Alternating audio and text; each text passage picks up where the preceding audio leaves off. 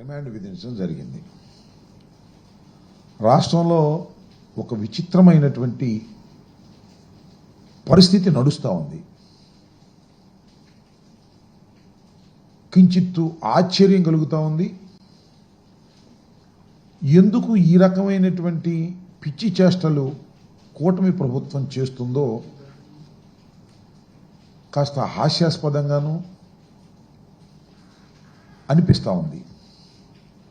ఈ కూటమి ప్రభుత్వాన్ని ప్రజలు ఎన్నుకున్నది అలివిగాని వాగ్దానాలు నెరవేరుస్తారని, ఈ రాష్ట్రాన్ని జగన్మోహన్ రెడ్డి గారి కన్నా అభివృద్ధి చేస్తారని, జగన్మోహన్ రెడ్డి గారి ప్రభుత్వం కన్నా సంక్షేమ కార్యక్రమాలు మరింత వేగవంతంగా మరింత దండిగా ఇస్తారని ప్రభుత్వాన్ని ఎన్నుకుంటే వాటన్నిటినీ పక్కన పెట్టేశారు.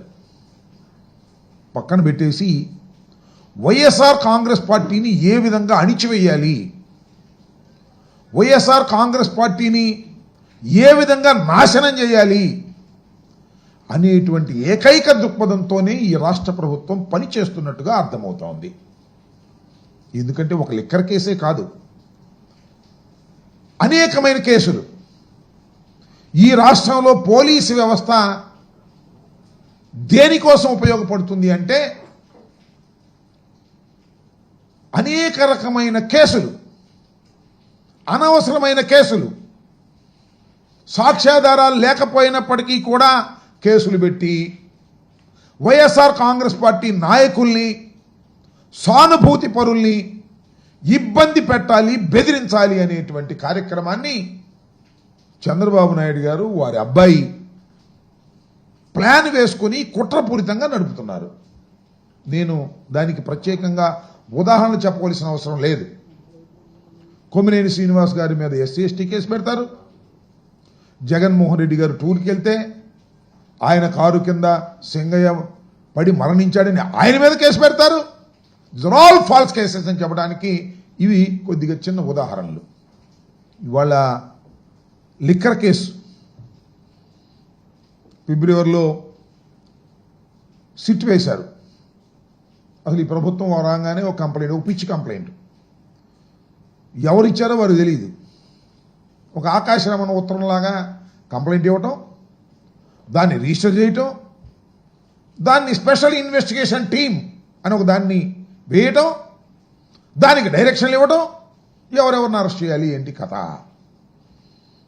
చాలామంది అరెస్ట్ చేశారు ఇంతకు ముందు కూడా. అనేక కేసుల్లో సోషల్ మీడియా వర్కర్స్ని అరెస్ట్ చేశారు, మాజీ శాసనసభ్యుల్ని అరెస్ట్ చేశారు. అన్ని ఫాల్స్ కేసులే. మీరు పల్నాడులో చూసినట్లయితే 2 తెలుగుదేశం గ్రూపులు కొట్టుకొని 2 చనిపోతే దానిలో వైఎస్ఆర్ కాంగ్రెస్ పార్టీకి చెందినటువంటి మాజీ శాసనసభ్యుడు పిన్నెల రామకృష్ణారెడ్డిని వారి తమ్ముడిని పెడతారు. ఎక్కడ అవకాశం దొరికితే అక్కడ కేసులు పెట్టేసి అణిచివేయాలనేటువంటి ప్రయత్నం ముమ్మరంగా సాగుతున్నటువంటి విషయం అందరికీ అర్థమైపోయింది. ఒక్క సంవత్సరంలోనే వెరీ క్లియర్ ఇట్. ఇదొక కేసు. మళ్ళా చంద్రబాబు నాయుడు గారికి, లోకేష్ గారికి ఎవరి మీద కక్ష ఉందో వారందరినీ దీనిలో దూర్చేయడానికి లిక్కర్ స్కామ్. అసలు స్కామే లేదు, లిక్కర్ స్కామ్ నాకు అర్థం కాల. దోపిడీకి వీలుగా నూతన మద్యం విధానాన్ని వైఎస్ఆర్ కాంగ్రెస్ పార్టీ తీసుకొచ్చింది అనేటువంటి మాట మాట్లాడుతున్నారు. ఎస్, వైఎస్ఆర్ కాంగ్రెస్ పార్టీ అధికారంలోకి వచ్చిన తర్వాత ఒక నూతనమైన విధానాన్ని తీసుకొచ్చింది. దానిలో ఎవ్వరి ప్రమేయం లేదు, ప్రైవేట్ ప్రమేయమే లేదు, టోటల్గా గవర్నమెంటే. డిస్టిలరీల దగ్గర నుంచి లిక్కర్ని తీసుకోవడం, అవుట్లెట్స్ అన్నీ కూడా గవర్నమెంట్వే. ఎక్కడ ప్రైవేటు వారి జోక్యం లేదు. ఇవాళ అన్ని ప్రైవేటు వారి జోక్యం. బెల్ట్ షాపులు ఎక్కడ పడితే అక్కడ విచ్చలవిడిగా అమ్మటం, ఎంఆర్పి రేటు మీద 10-20 అమ్ముకోవడం, ఇలా విచ్చలవిడిగా ఇవాళ చేస్తున్నారు. కానీ వైఎస్ఆర్ కాంగ్రెస్ పార్టీ అధికారంలోకి వచ్చిన తర్వాత మద్యాన్ని నియంత్రించాలి కనీసం అని మద్యం వాడకాన్ని తగ్గించి రేట్లు పెంచి ఆదాయాన్ని పెంచినటువంటి సందర్భం. ఎక్కడా కూడా ప్రభుత్వానికి నష్టం జరగకపోయినా మేము అధికారంలోకి వచ్చాం, కూటమి ప్రభుత్వం ఘన విజయం సాధించింది. చంద్రబాబు నాయుడు గారి ప్రభుత్వం, జగన్మోహన్ రెడ్డి గారికి కేవలం 11 సీట్లే వచ్చాయి.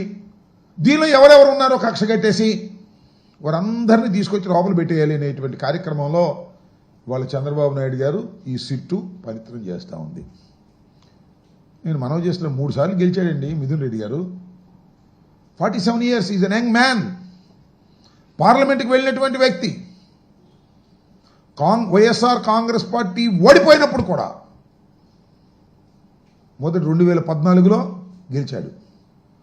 మొన్న 4 సీట్లు వచ్చినప్పుడు కూడా పార్లమెంట్కి ఎన్నికైనటువంటి వ్యక్తి. రాజకీయ కుటుంబం నేపథ్యం ఉన్నటువంటి వ్యక్తి పెద్దిరెడ్డి రామచంద్రారెడ్డి గారు చంద్రబాబు నాయుడు గారితో సమకాలికుడు. అది కూడా ఒక కక్షే. ఎందుకంటే చంద్రబాబు నాయుడు గారికి ఆయనకి కాలేజీ లెవెల్ నుంచి పడదట. ఆ కక్ష కాంగ్రెస్ పార్టీలో ఉన్నాడు పెద్దిరెడ్డి గారు, వైఎస్ఆర్ కాంగ్రెస్ పార్టీలో ఉన్నాడు. ఒకే జిల్లాకు చెందినటువంటి వ్యక్తి. ఆ కుటుంబం మీద కక్ష పెట్టారు. సందులో సడేమి ఇతను కూడా లోపలేసేద్దాం.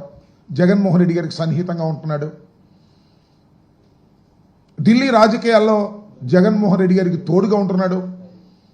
ఢిల్లీ లెవెల్లో వైఎస్ఆర్ కాంగ్రెస్ పార్టీకి సంబంధించినటువంటి అంశాల మీద కేంద్ర ప్రభుత్వంతోనూ ఇతర రాజకీయ పక్షాలతోనూ మాట్లాడేటటువంటి చొరవ తీసుకొని చక్కగా చేస్తున్నటువంటి వ్యక్తి ఆయన కట్ చేద్దాం.